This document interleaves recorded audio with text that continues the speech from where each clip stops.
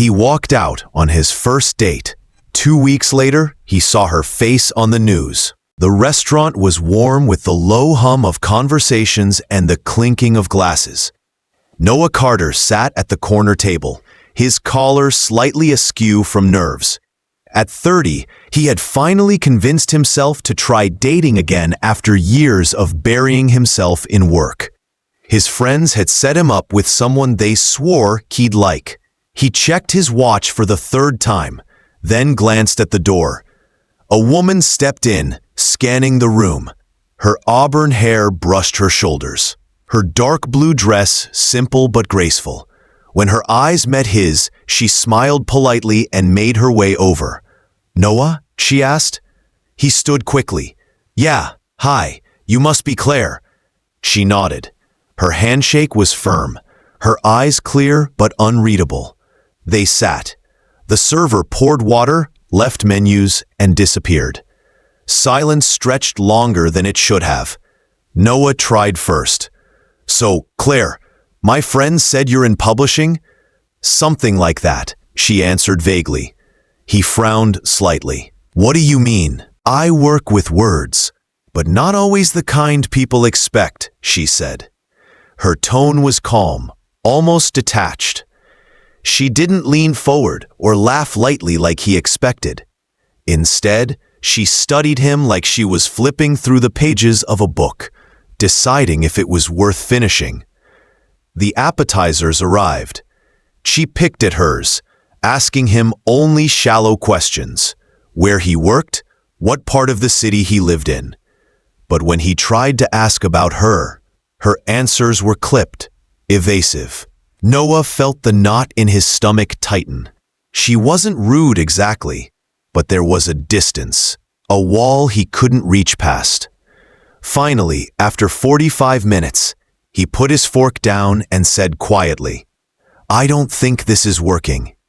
She looked at him without surprise. "You're probably right." The bluntness stung. He stood, paid the check, and gave her a stiff nod. "Well, I hope you find what you're looking for." Her lips curved into the faintest smile. "Oh, I will." He left the restaurant feeling like he had wasted his evening. The cold air outside bit his skin, sharper than it should have been. He shoved his hands in his pockets and walked home, trying to convince himself that one bad date meant nothing. Still, something about her voice lingered, like an unfinished sentence echoing in his head. The following days returned to normal rhythm. Spreadsheets, emails, half-hearted gym visits. He forgot about Claire, or tried to, until one night 2 weeks later when his phone buzzed with a news alert. He almost ignored it until the photo loaded. His chest tightened. There she was, Claire, the woman from the restaurant. Her face splashed across headlines. Local woman linked to shocking discovery. The article beneath was vague, filled with speculation, but her picture was unmistakable. Auburn hair, the same calm gaze. Noah dropped his phone on the couch and rubbed his temples. What had she been hiding that night? Why had she looked so certain when she said she'd find what she was looking for? He replayed every word she'd spoken, every glance, every evasive answer. Something gnawed at him.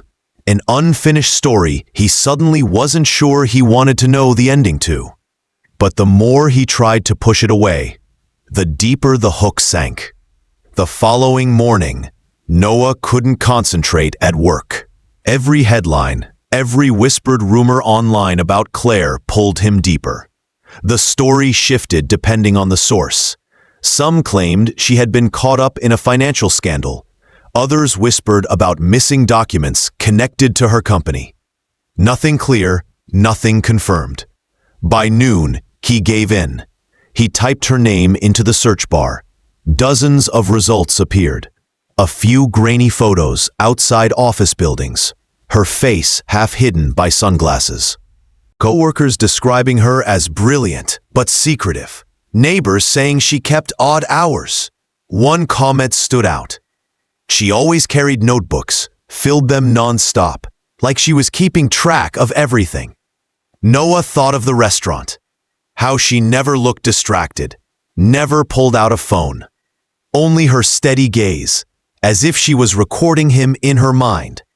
He slammed his laptop shut. This was ridiculous. She was just a date that went nowhere. But a part of him couldn't let go. That evening, unable to resist, he walked past the restaurant where they had met. He half expected to see her at the same table, notebook in hand. Of course, it was just other couples, laughing, leaning close, living in a world he couldn't step into. On his way home, his phone buzzed again. Another article. Mystery deepens. Woman at center of investigation disappears. Disappears. Noah froze on the sidewalk. He thought back to the last thing she had said to him. "Oh, I will." Was it possible she had known this was coming? A shadow crossed his path. He turned quickly. A man in a dark coat stood under the streetlight, watching him. "Mr. Carter?" the man asked, voice steady. Noah's skin prickled. "Who's asking?" "We need to talk. It's about Claire." Every instinct screamed to walk away, but something rooted him in place. The man stepped closer, pulling a badge from his pocket, flashing it briefly. "Federal investigation. You had contact with her recently." Noah's pulse raced. It was just one date. "Sometimes one night is all it takes," the man said. "You may know more than you think." "I don't know anything," Noah insisted, but the man's eyes stayed sharp, unyielding. "Then help us figure out what she wanted with you," the man replied. "Because she doesn't choose people by accident." The words landed like stones in his chest. Noah followed the man reluctantly, his mind spinning. He remembered her questions that night, about his job, his neighborhood, his habits. Had she been studying him, testing him? Inside a dim office, the man slid a folder across the table. Photos of Claire, documents with blacked out lines, maps marked with circles. "She's been tied to information leaks," the man said. "But we don't know her endgame. All we know is she meets people, then vanishes. Sometimes weeks later, those people are connected to something larger." "Why me?" Noah whispered. The man leaned forward. "That's what we intend to find out." And as Noah stared at Claire's face, frozen in a photograph, he realized their story wasn't finished. It was just beginning. Days blurred as Noah was pulled deeper into the investigation. Agents questioned him, replayed recordings from the restaurant, dissected every word he could remember. Still, Claire remained a mystery, her motives slipping through every net. But one night, while sifting through a stack of copied documents the agents had left, Noah noticed something odd. In the margins of a report was a scribbled note, faint but familiar, looping handwriting, precise and deliberate. His stomach twisted. It was the same style Claire had used when signing the check at the restaurant. She had left a trail on purpose.